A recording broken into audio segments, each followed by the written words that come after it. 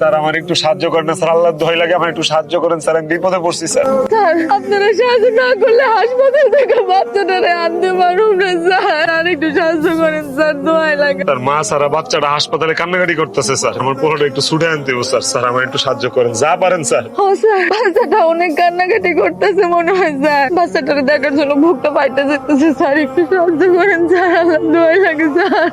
আমি না আপনাদের কোনো কথাই বুঝতে পারছি না। আচ্ছা আমাকে একটু বলুন তো সমস্যাটা কি হয়েছে, একটু বুঝিয়ে বলুন। আমার বউ ওর বাচ্চা হয়েছে স্যার কালকে সিজারে স্যার, এই যে রিপোর্ট স্যার। রিপোর্ট দেখে আমি যা বুঝলাম আপনারা তো গভীর ষড়যন্ত্রের শিকার হয়েছে। কিসের ষড়যন্ত্র স্যার? আমি একজন ডাক্তার মোহাম্মদ নজরুল ইসলাম। আমি সত্যি বলছি আপনারা বড় ধরনের ষড়যন্ত্রের শিকার হয়েছে। কি ষড়যন্ত্র স্যার? আপনার বেবিটা তো নরমালি ছিল, রিপোর্টে দেখা যাচ্ছে যে সবকিছু ঠিক আছে, এটা নরমাল ডেলিভারি করলেই কিন্তু সে সুন্দরভাবে পৃথিবীতে আসতে পারতো, কিন্তু ক্লিনিক ব্যবসার জন্য, হাসপাতাল ব্যবসা করার জন্য তারা আপনাদের বেবিটাকে সিজার করেছে।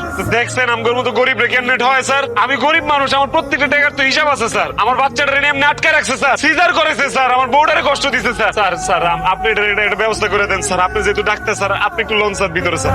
বাচ্চা কই আমার? এইভাবে সারের মতো চিল্লা পাল্লা করছেন আমার চেম্বারে এসে। টাকা আনছেন? টাকা কিসের টাকা? আপনি মিয়া ভন্ড ডাক্তার, আমার বাচ্চা উল্টা আসছেন, আপনি মিছা কথা কইছেন। আমারে গরিব দুঃখী পায়া মূর্খ পায়া 9-6 বুঝে আমার বউয়ের পেটটা কাটছেন, সিজার করাইছেন, কোন আমার বাচ্চা দেন। ডাক্তার কি আপনি না আমি? অবশ্যই বাচ্চা উল্টো ছিল। ও বুঝতে পেরেছি, মা আর বাচ্চা দুটোটাকে বাঁচিয়ে দিয়েছি, তো এখন টাকা না দেওয়ার টাল বাহানা করছেন তাই তো? আমি কোনো তালবানা করতেছি না, লোকে একজন ডাক্তার নিয়ে আইছি, সে সব রিপোর্ট দেখছে, ভালো ভালো আমার বাচ্চা দেন, নাহলে কিন্তু আমি আপনার পুলিশে দিব। আয় আসতে, আমি ডাক্তার পিকে। পুলিশের ভয় দেখিয়ে আমাকে লাভ হবে না। পুলিশ কি করতে পারে সেটা আমি ভালোভাবেই জানি। টাকা ছাড়া এই হসপিটাল থেকে বাচ্চা বেরোবে না, ব্যাস। ডাক্তার সাহেব আল্লাহ দোয়াই লাগে, আপনি এরকম কষায়ের মতো করেন না, আমার বাচ্চা আমার দেওয়া যায়। ইম্পসিবল, টাকা ছাড়া আমি বাচ্চা দেবো না। বাচ্চা দিতে হইব, আমার বাচ্চা আমি না বুঝা পাওয়া পর্যন্ত আমি এখান থেকে যাবো না। যাবি না?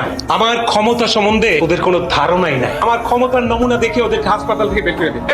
থাক, আপনাকে আর ক্ষমতা দেখাতে হবে না। সেদিন এই ক্ষমতার জোরে আপনি এই হাসপাতাল থেকে আমাকে বের করে দিয়েছিলেন। এই মিস্টার, অনেক লেকচার দেওয়া হয়েছে, এখন বেরোন বেরোন, সব নিয়ে বেরোন। বাচ্চা না নিয়ে এখান থেকে আমরা বাইরে উঠেছি। বললাম না টাকা ছাড়া বাচ্চা দিব না, বেরোন। টাকা আমি দেব, আপনি বাচ্চা দেন। ঠিক আছে, বাচ্চা আমি কালকে দিব, যান। কালকে মানে? আমার বাচ্চা এখন দিতেই বা এখন? এখন কিভাবে দেবো? বাচ্চা তো এখন আমার কাছে নাই। এই বাচ্চা নাই মানে কি? বাচ্চা নাই মানে কি? সত্যি কথা বলতে কি আমি ধরে নিয়েছিলাম যে আপনারা বিল পরিশোধ করতে পারবেন না, যে কারণে আমি এক বড়লোক দম্পতির কাছে বাচ্চা বিক্রি করে দিয়েছি।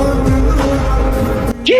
আমি কি হসপিটালে বাচ্চা পুষবো নাকি? আমার বাচ্চা কারে দিছোস? এই বড় লোকের বাপ্পা বাপ মা, গরিবরা বাপ মা হইতে পারে না? আমার রক্ত বেচে টাকা দিতাম, কিডনি বেচে টাকা দিতাম, এই সিদ্ধান্ত তুমি লইছিলাম। আমার বাচ্চা কারে দিছোস তুই কর, আমার বাচ্চা কারে দিছোস? আপনি অন্ধকারে বাসে হ্যান্ড ওভার করতে গিয়ে হার্ট এন্ট্রি করতে ভুলে গেছি, ঠিকানাটা বলতে পারবো না, সরি।